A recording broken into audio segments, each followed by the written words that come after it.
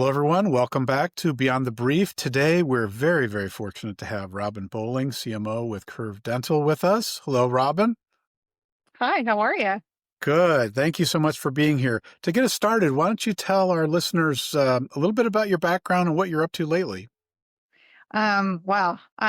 So much about my background. I've had a variety of different marketing roles. But what I can lean on right now, what I'm up to lately is I'm working on my doctorate in strategic leadership. That plays into all of the marketing roles that I've had in the past. I currently have an MBA in strategic leadership with the Ohio Dominican University. Um, so a lot of schooling, but more so, how we lead and how we lead and serve our teams. And that's really important. So I've taken from customer success to sales enablement to marketing roles, and how do you take things and processes that you can improve, and then you make them better. So I will say, a lot of experience, different roles that kind of led up to that, to where I am And now. Fantastic, Robin. One of the things I find very common in most very successful marketers, those that can make a big impact, is a constant desire to continue to learn, right? To stay on top of what's not only happening in the marketplace, but really being an avid listener to what consumers and the customers you're serving are up to. It's interesting, as a marketer, your commitment to leadership is a nice intersection as well, because again, and as CMO, you definitely lead marketing, right? You play a significant role, and you have lots of team members that are supporting. Tell us a little bit about how you're structured team wise, and what's changed over the years in terms of the way you approach that. Okay. So I will say that my team probably leads me more than I lead them. And so I'm really like removing the roadblocks for the individuals that are on my team for sure. Um, the way that we're structured right now is we have a content team, we have a growth marketing team, and then I have a lot of little buckets that are in there where everybody has a little bit of cross collaboration. So we work closely with our product teams, we work closely with the sales team. We've even joked around that we call ourselves marketing because sales and marketing should be working very close knit and together. Um, I'll say in the past, I worked for several, where there's a lot of tension between sales and marketing. And so it's really important. The way that I lead is that we understand really what sales role is in the organization, and then how do we serve our sales team. But not only that, like how do we kind of funnel in and pull product out of this so we know how it's going to impact sales, but then farther down the line, impact our implementation, and make sure that we're retaining customers too, because marketing done when they bring in a lead. How do we continue to nurture them through the funnel? And so a huge part of that is, making sure that we have a growth and marketing operations team that really works in sync very, very well to make sure that there's anything that we can do to improve, the quality of our leads. And I have very good quality individuals that work with me that, I mean, there's things I would never have thought about doing, but how do I open up the doors for them so they can do their best work? And that's kind of how we're structured right now. I love it. You could sum that up by saying that's strategic leadership, right? It's, That's exactly right. yeah, What comes next? We always think about what comes next and how to see the forest through the trees, you yeah. know, and the overarching. And I also lead multiple companies too. And then how do we work together and then provide resources to the other indication too? Got it. So talk a little bit about that. So you said you work with multiple companies. Like, how does, like, do you literally like feel like sometimes you have to have split personalities to like, which company are we talking about now? Or how's that work? So we've done a really good job of actually bringing the team together, and I won't mention the other company on this call, um, but if you want to check me out on LinkedIn, you're welcome to look at it. But we're both dental companies, and so on our dental platforms, there's one that's very different than what we have as a SaaS company and a cloud-based company, and they rely on another independent server that again, will remain nameless, but, um, the team, they're a small team. And so for them to do some of the things that we're actually doing, we use shared resources. So my brain still thinks in the sense of dental, but sometimes you got to switch. Now, are we cloud based or are we not? And then we have, when we do a product launches too, they're tiered, out. So we're launching a product and they may be launching a product, but it may be same or similar. And so then how do we work together as a team? I have a very good senior director too right now, and she manages things pretty seamlessly. She's like a duck on a pond where she's always calm, but her legs are always, going. So, and it's just making sure that we have the right leadership in place for each individual pocket of organization. That's great. Have great people and get out of the way and let them do what they're good at, right? Yeah, right. Yeah, that's Yeah, it. yeah, that makes a lot of sense. Um, as the marketplace changes, how do you stay in touch with the audience that you serve, and how do you, um, do you document them in personas and ICP documents, and if so, how do you bring those to life for the team so everybody's on the same page? We're actually working through persona in sales playbook right now. And so that's one of the things that in my past I've always been very passionate about is how do we onboard individuals in our organization, but more so how do we make sure that we stay seamless across the board. And so let me talk a little bit about the company I worked with beforehand because I have a little more experience on that side. I was there for a little longer. I'm about 6 months in, but it feels like 100 years, that kind of thing, Yep. that curve. Um, and that's because we really mesh well as a team. But at my previous company, I walked in as a kind of a broken marketing department. We didn't have a lot of personas and ideal customer profiles. And so we really worked hard to actually build what we call the sales and marketing playbook. And so thinking about who our current buyers are, but listening to the voice of the sales representative and also implementation. So there's two very different personas. You have somebody that is multiple different personas, but very different personas and implementation and a different persona and the purchasing decisions. And so sometimes your influencer, and we have to make sure that we acknowledge those individuals that are really important to the industry, that actually they have a voice, and we're making sure that we communicate what the problem that they're trying to solve is, Yeah. and then how we fit in as a solution. And we make sure that we identify what some of their objections might be, and then how to rebuttal some of those objections. But then also make sure we're communicating in the language that they're communicating with. Where do they shop? What is their age range typically? How long have they been in the market? Do they feel heard?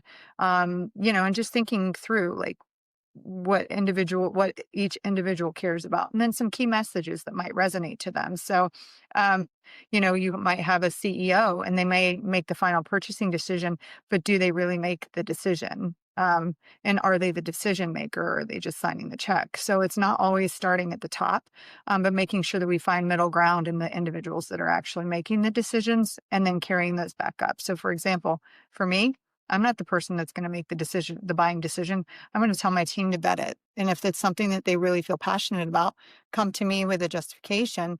And I'm always willing to take a listen. And if it's in budget, we'll make it work. And that's how a lot of organizations in the senior living sector, that's how they work as well. They want to Yep. listen to the individuals and then they make the buying decision. If it makes good financial sense, Right. then they'll make the buying decision. So, just taking a look at who's in that process at the beginning of the stages, and we talk about the buyer's journey and all of those things and the questions that they're asking, really in on what those messages are going to be, and then how do we answer those questions for them. So, for example, Chris, if you bought a car today, you might not be in the market for a car, but if you were thinking about, you're out there, you're kind of probably keeping your ears to the ground on a type of vehicle that you think you might like in the future. You're watching the market right now. Mhm. And, and to send you a buy now piece of content because you're not really thinking about the market. But if you were buying a car, what would it be? Oh, probably another Audi. Probably another Audi, and because you've had a good experience with Audi. Mhm. Mhm. You've had a good experience. And so that leads to beg the question of, how was your experience and how do we recreate that experience? And so those are the little things that we want to make sure that we're looking at when we're building out that ideal customer profile. Um, but buying your Audi, you probably walked through the whole buyer's journey. You know, do I need the steering wheel? Who do I need to get? Do I need to get my wife or significant other involved in the purchasing decision? Do I need to make her feel what I feel? Is this going to be the right fit for us? What's the consequences if I don't buy a vehicle? All of those things as we walk through our buyer's journey. Yeah, that makes sense. And the pace at which those factors change today, it's so much more rapid. And even like, it used to be that when you were in that early consideration, you would kind of gather information situationally, not with purpose, but just kind of as you lived life. Mhm. And now, the way that information can be found and the way that we go about, we don't use search the way we used to. We're all using these LLMs in different ways.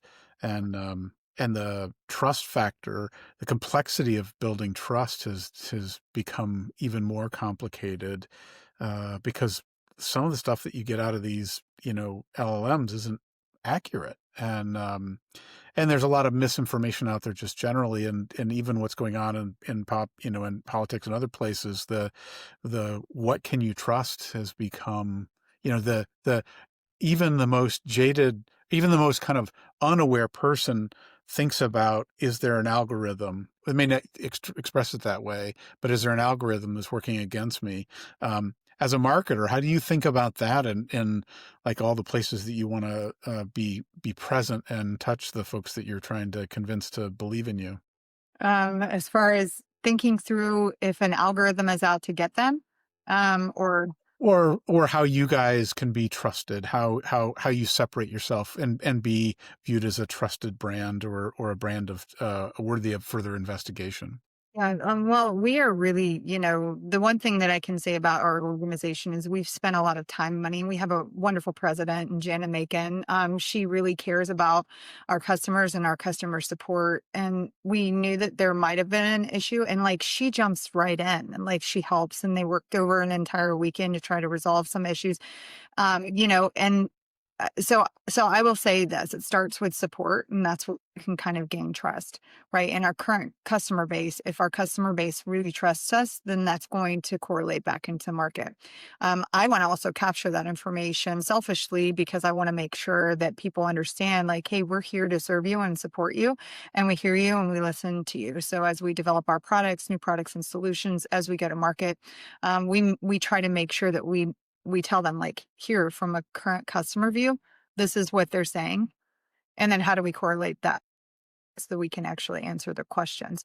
Not only that, like if we ever need, to give somebody a referral, we have several customers that are willing to talk to other individuals that are seeking out our product or solution. So um from a marketing standpoint, I want to capture on that selfishly so that I can, you know, push it out into the market. I want to let them know, hey, here's what our customers are saying. We're not the largest organization out there. We're the giant, but guess what? We're still going to be there when we've invested in support and products, as well as innovation to make sure that we're supporting you the best that we can as new things come out, as AI, ever that's the latest buzzword is AI is the latest buzzword. And how can we assist offices to help them move faster? We have new products that we've recently launched to assist on the eligibility front so that they don't have some desk and calling, um, calling insurance companies, every single insurance companies is some things that are happening on the back end. So really, as we think about how do we make it the best experience for our prospects, we have to start with our customers. Yeah. Yeah. Yeah, that's great. And, it's tough because, I know in other categories I've worked in, a lot of times the customers that we worked with and had really good experience and they're super happy, but they don't want to necessarily publicly talk about it. So in some cases we anonymize it, and others they are willing to. And certainly whenever they are, it's best, right? Because, the common currency of a shared experience from a peer is more valuable than an ad. Mhm. Right. An ad is simply, an expression from the company. And while they both have value, they're different and both are necessary. Um, at one of the tests we often talk about with clients is what we call the cocktail party test. And, for their brand and for their business, what messaging do you use when you first walk in the cocktail party versus when you've been there for a while, and or you're deeper into conversations with people? Because the number of companies as a marketing agency, when we get asked, we want to do, buy one get one, or we want to do, I'm like, do you walk into a cocktail party and say that to somebody up front like that? They'll chase you out of the room, or they'll leave and say, I need to go get a drink, or go freshen up or something, because that's just nuts. I mean, instead, saying, "Hi, I'm Chris. How are you?" And opening that line of very natural human conversation is a good pathway. Um, Now with so many channels that, there's online, there's social, there's all kinds of stuff on social that sometimes can be not so wonderful. Um, how do you think about that, and what are some of the things you do to listen, but also to make sure that you're responsive to managing your brand in all the different channels? Oh, wow. That's a big one. Let's break it out a little bit. So I'm going to start with trade shows because that's where we see and we meet our customers and also prospects face to face. So, and you were talking about the cocktail piece, and the cocktail, like going Yeah, in the bar. yeah, So you were talking about going to like a cocktail party, and what do you say? The same can be true or ring true for like somebody that's walking up to the booth. They don't know who you are, and we've actually changed a little bit. We used to have this wheel that people would spend, and they would come up, and we give them a little tchotchke or a prize, like a or keychain or something, things that they possibly are going to throw away or give to their kids, right? And so one of the things we tested out was how do we really buy our customers maybe a cup of coffee or invest in some popcorn or wine if that's something that they would be interested in. And so they come up to the booth and then the coffee brings them in, right? But the conversation will keep them. So normally what happens is people are like, oh, what is Curve, and they're, taking a look at like your brand behind you and, having a conversation and saying, tell me a little bit about you and tell me a little bit about your practice. But also, the best way for me to describe or explain who Curve is ask you what's the biggest problem that you're attempting to solve. Um, and they come out and they will just have a field day. This is what I'm trying to solve. This is, what the biggest problem is with my PMS. I'm having problems with and, issues with XYZ, name it. And then you then come back and you say, you know what? This is how Curve can help you in that area. And so you become their solution. mhm, If you have just 5 minutes, I love an opportunity to sit down and show you what we can do and maybe do for your practice. That's a totally different conversation than yeah, vomiting all of the things that Curve does as a product to try to sell them versus, having a conversation. yeah, So we lead our marketing in the same way in all of the other various different channels on the problem versus the solution side. Now we want to have a little bit of fun because offices also want to know that we have a little bit of fun. So there's, we do have reels and I have a wonderful um, social media manager. Her name's Chloe. She's amazing. And so she'll go out there and she actually will put content out there that's really fun and engaging and make sure that they know that we have an office, we have real problems, and we buy our people crumble cookies every once in a while. So if you ever have a moment to kind of just check out some of the reels and stuff, I mean, she's done a really good job of trying to build the following.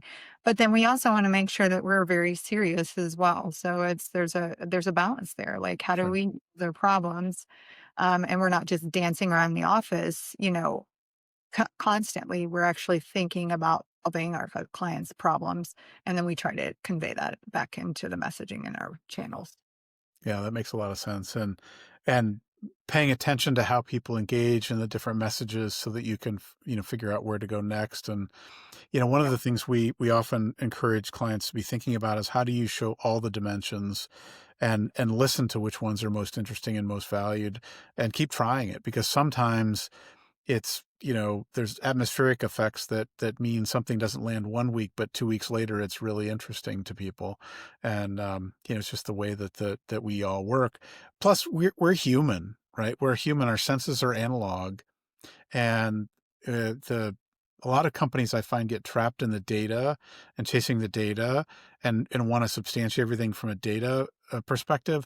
And while that's always important, finding the nuance in the data, the humanity in the data, the kind of personality in the data is really the magic. Are there some examples of where you've done that, where you've found something in the data or stumbled on an insight that really resonated? I mean, the cookies are a good one because I think everybody can relate to the craveability of those and the way your day lights up a little bit and your blood sugar goes through the roof just with one bite. So Well, it's so funny that you talk about that because I'm very scientific when I think about all of the dollars that we spend, and I'm like, okay, I have to get X amount, of ROI off of every dollar that we spend. And I share this story literally with our leadership team, and I talk about it all the time. But there's sometimes like there's things that data can't track, and so the way that I explain that is, you have there might be an old man and he's outside and he's dropped his watch, right? And he's out there and he's searching for his watch. And somebody comes up and they said, "What are you searching for?"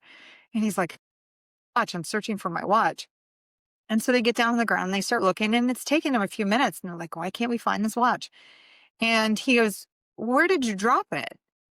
And he looks up at the spotlight because it's nighttime, and he says, because that's where the light is. And he might have dropped it over there. He's looking where the light is. And so much is measured where the light is, but there's so much that can't be measured that's in the shadows. And so we have to think marketing is not an exact science. There's things that we should do that may be, not be able to be measured, but they're right. And so here's an example. So my previous company, we did a baseball, game, and we went and saw the Diamondbacks versus the Dodgers. And we spent an enormous amount of money to make sure that we took our clients and we asked them if they can bring some individuals out. And we had a lot of really wonderful conversations that I may not have ever heard of. However, I was in a leadership meeting and we had just signed a $5 million deal. So when the $5 million deal comes up, I'm like, oh my goodness, how do we get that lead? And they said they went to the baseball game. Right. And so I wasn't going to be able to measure that. But right. thinking about the impact that it had, and had I not even been in the room, nobody would have thought to ask that question. Right. So there's a lot of things that happen in the shadows, and I took a lot of slack for actually, having or spending them up game to bring our clients to it. But I'm going to say sometimes you just have to push, and there's things that you might not know that'll come out of it, but it's just continuously asking the question. Did that answer your question? Yeah, no, that's good. I love it. Um, as somebody that's a lifelong learner, and I imagine you've read lots of books, and just in part because of the academics that you've gone through. Um, what are some of the things you turn? What are some of the sources and the places and spaces you go to try and get and continuing to learn and insights? What are some of the ways you think about that stuff? So I do have a CMO group that I'm a part of that I go to on Fridays. And so I do make sure that I invest time in hearing what's out in the market. I also turn to my team, right? I want to really know and understand, and what are you hearing in the market? I'll give you an example. In April of this year, they asked me, what's your biggest problem, or what are you thinking of? What is keeping you up at night? And I spoke immediately out, and I was like, I'm really concerned that we're spending a lot of money in digital, and organic is not, our organic is not showing anything for it. So I was wondering, and I was, continuously trying to figure out, is that um, um, are we spending too much so that now our organic following is being lost? Um, May 25th. of this year, AI mode was introduced, and it was the way that we market. It also changed the way that we're visible. It's no longer about the highest person being paid and seeing the sponsorship ads, and now it's how do you show up in AI, and that actually drives organic traffic back to you. So thinking about how we strategically place our dollars now on the digital side, and again, I have you talked about learning. That was a key insight for me. Like I had no idea that that was happening, and after at launch, I'm like, oh my goodness, we saw a huge uptick in leads. Well, the good news is that my team was really ahead of it on the content side, because guess what drives GEO, generative engine optimization, is your Yeah. content. How much content do you have out there? Is it viable content? Are you asking in a question answer format? And then how does your AI mode pick it up? So now when we go to market, like we want to make sure that we have all of those things set in place. And then that's where we our dollars. So I think I answered your question, but I just want to make sure. Do you have a follow-up on that? Yeah, just I mean, are there any books that you refer to as like, or other like other? I mean, because I'm sure the CMO group, you guys compare notes on like where you found something that's like inspiring, and I know I'm an avid reader and get lots of marketing books because there's a even the worst book has got something in it that's useful in some way, but I'm curious how you go about that. Well, I read about 50 books a year. Most of them are leadership books, but we do have podcasts on for my team. I really encourage them to do a personal and professional development. So we have personal and professional development sessions. It's 30 minutes. We listen to a podcast and we kind of talk about it on Fridays. So I learn a lot from there. Any and by the way, my passion is leadership and strategic leadership. So I always want to listen to like good strategic leaders that actually will listen to their teams and move forward. The Growth Marketers Playbook is a good marketing book. I've read, oh my goodness, why can't I think of the name of it? Actually, I have it. This is Marketing. Sorry, had to take a look and see what it was called. This is Marketing. And I do read several marketing books, but really where you get your resources, like I dive into what's the latest and greatest on the internet, because right Yeah. now in this, um, you know, generation that we're in, so much comes from the internet, because as soon as you write a book, it's changed. Right. And so I used to think about marketing as like, and by the way, I was in sales for multiple years and I absolutely love the sales side of things, but it's very repetitive. And so it's a little bit boring to me. And I'm not knocking sales because it's a super important part, but marketing changed, used to be every 6 to 8 months. Now it's every 6 to 8 weeks. Yeah. And so where do you consume content and make sure that you're hearing what the latest and greatest? And that's asking your team, that's talking to your team, that's encouraging them to go out there and look, encouraging them to break things or make mistakes so that you can learn from those mistakes and fail fast. So Yeah. No, that's smart. Along your journey, what's some of the best advice you've ever received? And concurrently, what's some of the worst? oh wow. The best advice I ever received. Um, I will say know your numbers and always know your numbers. So I had a mentor, still my mentor, wonderful man. And he said to me, he goes, Robin, there's two things you need to know in business, and you'll always be successful in the numbers. And the second is always know your numbers. Um, Nobody will ever question you if you have the data to back it, right? Um, the worst advice I ever received was keep your mouth shut. Uh, Right. right. I will say, if you have something to say, and your leader is telling you to keep your mouth shut, it's probably time to find another job. Um, Yeah. yeah, you want a leader that's going to listen to you. Yeah. Yeah. No, that makes a lot of sense. That makes a ton of sense. So you talked about the GEO convention. Are there other aspects? Like, are you seeing a shift in what trade shows mean? I mean, because super expensive, right? I mean, every year they take price increases, and just getting there costs more. Mhm. Plus, you can't do your day job while you're doing that. So there's a, fairly significant cost, organizationally. What are some of the things you're seeing that, I mean, because it's still a great venue, right? People are there for the reason of learning about their industry and finding better ways to work and smarter ways to work. But there's also competition, right? Your top three competitors are probably, in some cases even outspending you. Like, what are some of the things you're doing beyond the coffee and conversations, and what do you see as next?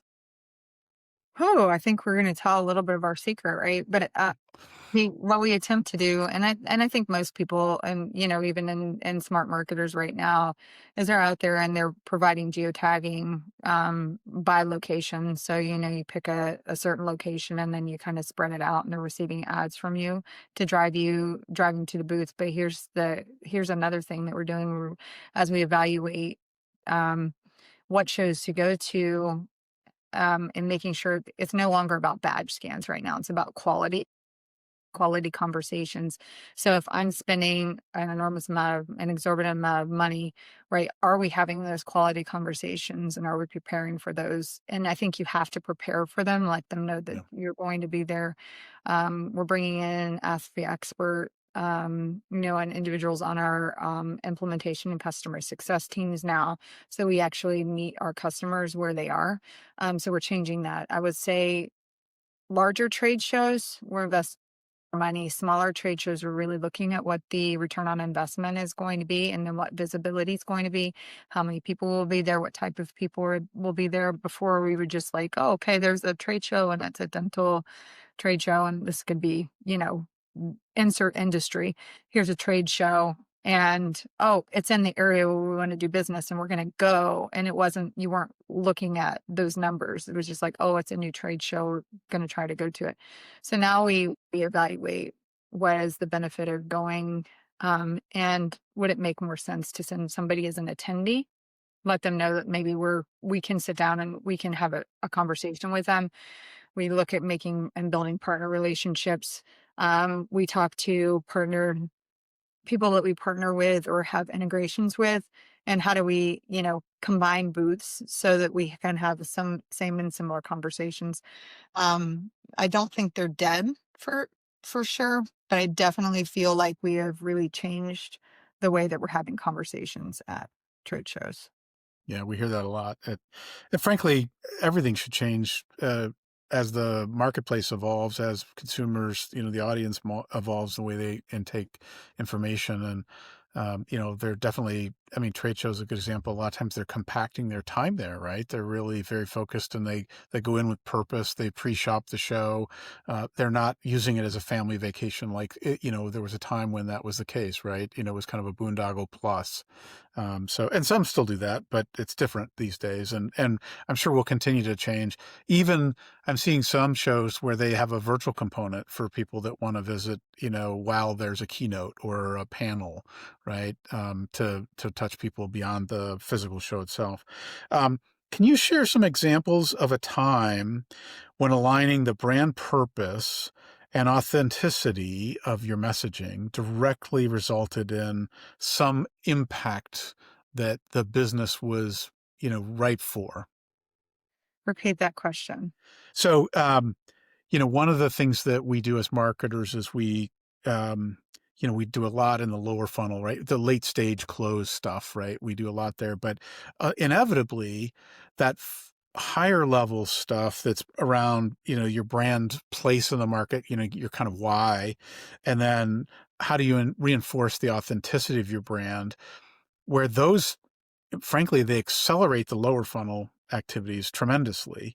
Uh-huh. But in a decision like buying, the service for a practice, um, it's a belief first Uh-huh. that then becomes practical second. So, are there examples that you can look back on? I mean, I know you're relatively new to the role, but are there any examples that you could care to share that, where you saw where your messaging really landed and helped somebody move along that progression?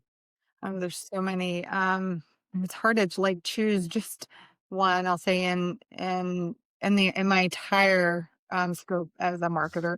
Right. Uh, I really find that when you towards the end, when you're going bottom of funnel, it's really asking the question and answer, and sometimes it's just in time, and it's funny how content, like, resonate for other individuals. So there's I don't know that there's an exact science, but it's just making sure you meet them where they are in the buying process. Just like you said, I probably would buy another Audi. You're not in the market right now. So me pushing out content that says, click here to buy now, right, doesn't really resonate with you. I think, when we have a lot of CTAs, how do we provide additional information to help them along their journey? And when things go closed lost, right, we don't get customer because no doesn't always mean no. It Right. means not right now. And the one thing that I will say is like the biggest thing that we have going for us is, or not going for us, but the biggest component of people going closed lost right now is that it's so overwhelming they do nothing, right? So how do we then create an experience for them after they've already um, so that they don't, unsubscribe from our messaging. And if they do, that's okay too. Eventually Sure. they'll opt back in when they're ready. So that we can actually meet them where they are in the market. And sometimes messaging resonates and sometimes it doesn't. So I will say a big one is somebody who wasn't um searching or was in the buying process at um that's an example of one, and it might not have been email marketing, but it was definitely like, oh my goodness, like this is what they do for their customers. This is how when we want to work with a company that does this. Another one is I was recently at an event and it's a learning event and education event. And I was sitting down and I was talking to them and they just told me, oh my gosh, I just signed a contract with XYZ competitor. And I was like, "How's the implementation going?" And they're launching and opening a new office in November, and like, I can't get a hold of them. And I said, "Right now is the right time for you to chat with us because you're a couple of months out. It's really close to our timeline of implementation. Let me, and let me get you on the phone with somebody." And, it's having that personal connection, that personal touch too. So one, making sure we're providing, direct resources, that they can contact, in customer experience, so there's so many like little things I can talk about, but it doesn't always work for everybody. It just, Right. you know, it's hitting somebody in that right time during that right time they're ready to buy. Well, positioning is the art of sacrifice, right? And the myth of of trying to be right for everybody is just that, a myth, right? You can't. And I love that you said that no doesn't mean no. No means respect that it's not the right time, and meet them where they are to continue the conversation if and when they are ready to engage. Because I think we all feel victimized by the ease of email marketing and other kind of retargeting. I mean, it's so annoying when, we have a conversation about Audis. I'm going to now see ads in my stream for social media for the next 2 weeks on Audi car ads, just because that's the way that they work. And while some of that's okay, if it's more atmospheric, but boy, the paying attention to how the consumer really actually feels about that, and honoring their intent, right? Not overstepping that boundary and using data against them. That's the key. But you're absolutely right. I mean, it's a full life cycle, right? Post-purchase is as important as pre-purchase.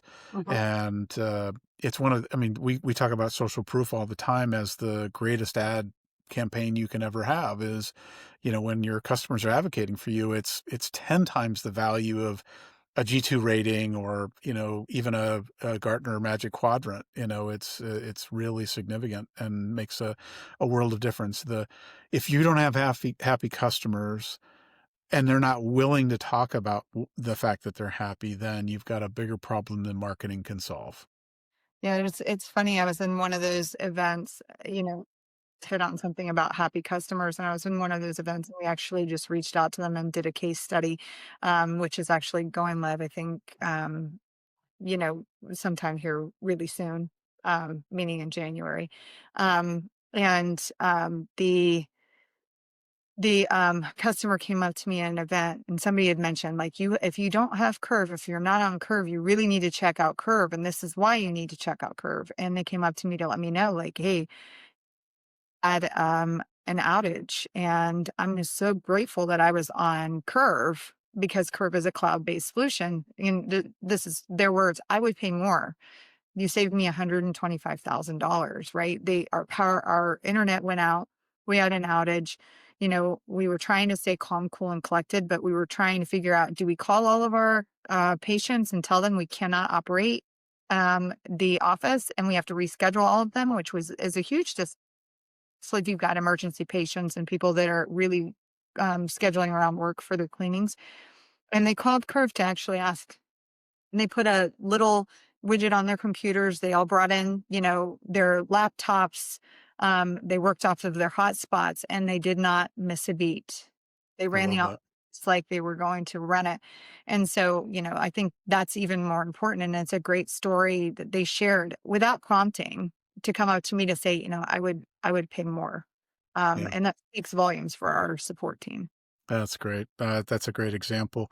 Um, Speaking of Curve Dental, and the early beginning of the year, what's coming up that you want to make sure our listeners hear? Is there any significant stuff? I know you've got, like, you mentioned to me in the past. There's an AI solution that I think you called it passive listening or something like that. Um, Yeah. So more to come on that. And but I would say keep an eye out on our AI and some of the things that we are actually doing to assist your offices, and your staff in your offices. I think AI continuously becomes a buzzword, but we're building this with AI. We're building it with the customer in mind, and so making sure that we're launching that. And I think that it's going to launch end of first quarter. We're still in testing, in our testing phases. So far, getting great feedback from our customers. I love it. I love it. Yeah, the pace of change is so dramatic, and it won't be any time in those things. These kind of innovations will just be second nature, right? Mhm. And we all would love technology to finally give us time back. And Mhm. it's not picking up the leaves in the yard quite yet. It's not folding the lawn. It's not doing fitted sheets. Once it folds fitting sheets really nicely for us, then we'll have arrived. But it's doing many things that it's doing really well. So that's great. We'll Um, have to have another conversation, and you watch me fold a fitted sheet, because it's really no, I can fold a fitted sheet. I had to learn that. That was a practice that my mom taught me, and my mom, she's 87 now, but yeah, I mean, she taught me how to fold a fitted sheet. I'd say that's one of the greatest accomplishments that I've ever had. And they actually fit in there, and my to the point where my husband can't tell the difference between a fitted and a folded sheet, or oh fitted and a my, flat sheet, right? So, right, right. yeah, so. You're definitely a unicorn in that. I mean, that is a skill that is rumored to exist, but have never been witnessed by me. And but that's why they have those closets, right? That, to me, that's the beauty of a linen closet. It's like it can be, as long as everything's in the right order and all the, like, sheets are together in pairs. Then I don't know why they have to look pretty. Like, Yeah, I mean, who's I know people that take them and they're like, just wrap it up and just put it in there, like, "Here, I'm gonna put it in there, I'm gonna shut the door." Right. Yeah. We're a little better than that, but it's certainly not, you wouldn't have any confusion around which one's fitted versus flat. It would Yeah, be very obvious. yeah. So that's great. Well, Robin, you've had a really interesting career, and you've only just begun in many respects. You're close to your PhD here soon in leadership. Hollywood actually reached out, and they're going to do a biopic on you. What's the name of the film, or who's going to play you, or what's the plot or theme? Ooh, okay. So I'm kind of obsessed with leadership, so I would say probably something like Leadership Isn't an Option, and to tell kind of those, some of my life story, but also, how you overcome, some of those things. And I'll say confidence is built, and how do we work through the confidence piece of it so that we can move into to leadership so we can help do that for others. And you hear Simon Sinek and several other people that say, you're not a leader until you build the next set of leaders. So I would Mm, say, something around that theme of leadership for sure. I love it. That's great. Well, Mhm. Robin, for those that want to reach out and connect with you, what's the best place to find you?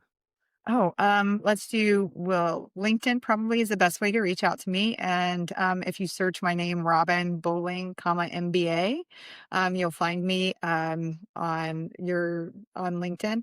And I'm always happy to have a chat. So feel free to reach out. Awesome. Robin, thank you so much for all you've shared. As you mentioned a minute ago, we will have to have you back another time. And I want evidence of this folding mastery trust but verify, because that's truly a unique one. But thank you so much for being here. Really appreciate your time and all you shared. Not a problem. Thank you so much again, Chris. All right. And with that, we'll wrapping up another episode of Beyond the Brief. Until next time, have a good one.